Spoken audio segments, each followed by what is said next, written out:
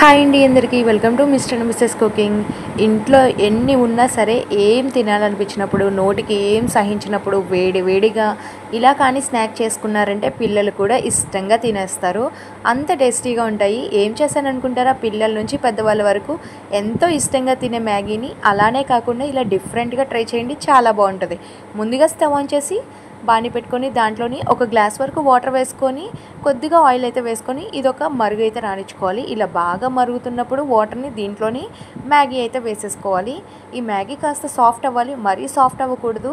కొంచెం సాఫ్ట్ అయిన తర్వాత దీన్ని అయితే స్ట్రైనర్లో వేసేసుకొని వెంటనే చన్నీళ్ళు కూడా పోసేసుకోవాలి. ఇలా చన్నీళ్ళు పోసుకోవటం వల్ల మ్యాగీ అనేది ఉడకటం అయితే ఆగిపోతుంది, కొంచెం గట్టిపడుతుంది అనమాట.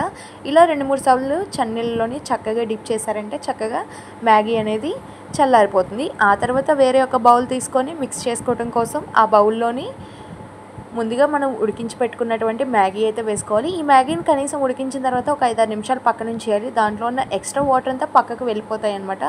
ఆ మ్యాగీలోని సన్నగా తరిగినటువంటి ఒక మీడియం సైజ్ ఆనియన్ ముక్కల్ని, 3-4 పచ్చిమిర్చి ముక్కల్ని కూడా సన్నగా తరిగి వేసుకోవాలి. మీ కారం ఘాటుకు సరిపడినట్టు పచ్చిమిర్చిని అయితే అడ్జస్ట్ చేసుకోవచ్చు. దీంట్లోని ఈ మ్యాగీ మసాలా ప్యాకెట్ వస్తుంది కదా, ఆ ఒక ప్యాకెట్ మొత్తాన్ని అయితే వేసేసుకొని రుచికి సరిపడా కొద్దిగా సాల్ట్ని, కొద్దిగా కూరకారంని కలర్ కోసం అయితే వేసుకుంటున్నాను. ఇక్కడ కావాలంటే పసుపు కూడా వేసుకోవచ్చు, లేదు అంటే పర్వాలేదు. ఇంకా ఎక్స్ట్రా మసాలాలు ఏమన్నా కావాలన్నా వేసుకోవచ్చు. నేనైతే ఏం వేయట్లేదు. దీంట్లోని ఇక్కడ నాకైతే 4-5 టేబుల్ స్పూన్ల వరకు శనగపిండి అయితే పట్టింది. ఈ శనగపిండిని కొద్దిగా చూసుకుంటూ అయితే వేసుకోవాలి. ఇలా బాగా కలుపుకోవాలి. వాటర్ అనేది అస్సలు పోయకండి, మనకు మ్యాగీలోని కాస్త కూస్త తేమ అనేది ఉంటుంది. ఈ మ్యాగీని కట్ చేయని అవసరం కూడా లేదు. ఇలా గట్టిగా కలుపుతూ ఉంటే చక్కగా మెత్తగా అయిపోతుంది అనమాట. ఇలా మెత్తగా అయిపోయిన దాన్ని ఒక 2-3 నిమిషాలు పక్కన పెట్టేసుకున్న తర్వాత ఈ కన్సిస్టెన్సీ చూస్తున్నారా, ఇలా జారుగా ఉంది అనుకుంటే కనుక ఈ కొద్దిగా శనగపిండి వేసుకోండి, లేదు అన్నా కూడా పర్వాలేదు.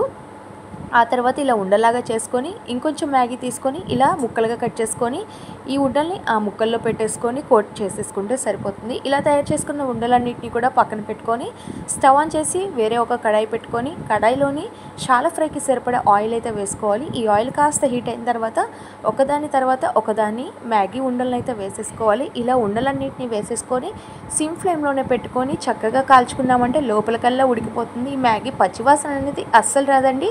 పకోడీకి మించిన టేస్ట్తో వేడిగా వర్షం పడుతున్నప్పుడు తింటే భలే ఉంటుంది. టీ టైం స్నాక్ అని కూడా చెప్పొచ్చు.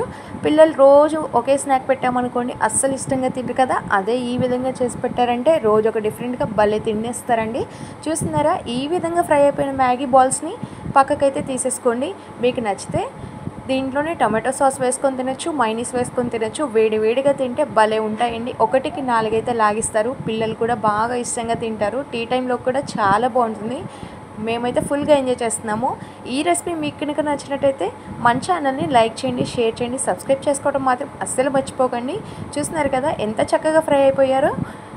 ఇలా పైన చక్కగా మనం మ్యాగీని కోట్ చేసుకున్నాం కాబట్టి ఇలా కోట్ చేసుకున్న మ్యాగీ అనేది చాలా క్రంచీగా ఉంటుంది, లోపల చాలా సాఫ్ట్గా కూడా ఉంటుంది. లోపల కూడా మ్యాగీ ఉంది కాబట్టి టేస్ట్ అయితే నెక్స్ట్ లెవెల్లో ఉంది. దీన్ని టొమాటో సాస్లో బాగా డిప్ చేసుకొని తింటే మా ఇంట్లో వాళ్ళందరికైతే బాగా నచ్చేసింది. మీరు కూడా ట్రై చేయండి. ఇదే షేప్లో చేయాలని రూల్ ఏమీ లేదండి, మీకు నచ్చిన షేప్స్లో మీరైతే చేసుకోవచ్చు. చూస్తున్నారు కదా లోపల కూడా చక్కగా అయితే ఉడికిపోయింది. మీకు నచ్చినట్టుగా దీంట్లో ఇంకేమైనా వెజ్జెస్ యాడ్ చేసుకోవాలన్నా కూడా యాడ్ చేసుకోవచ్చు. సరే కానీ మీరైతే సబ్స్క్రైబ్ చేయండి. మళ్ళీ ఒక మంచి వీడియోతో కలుద్దాం.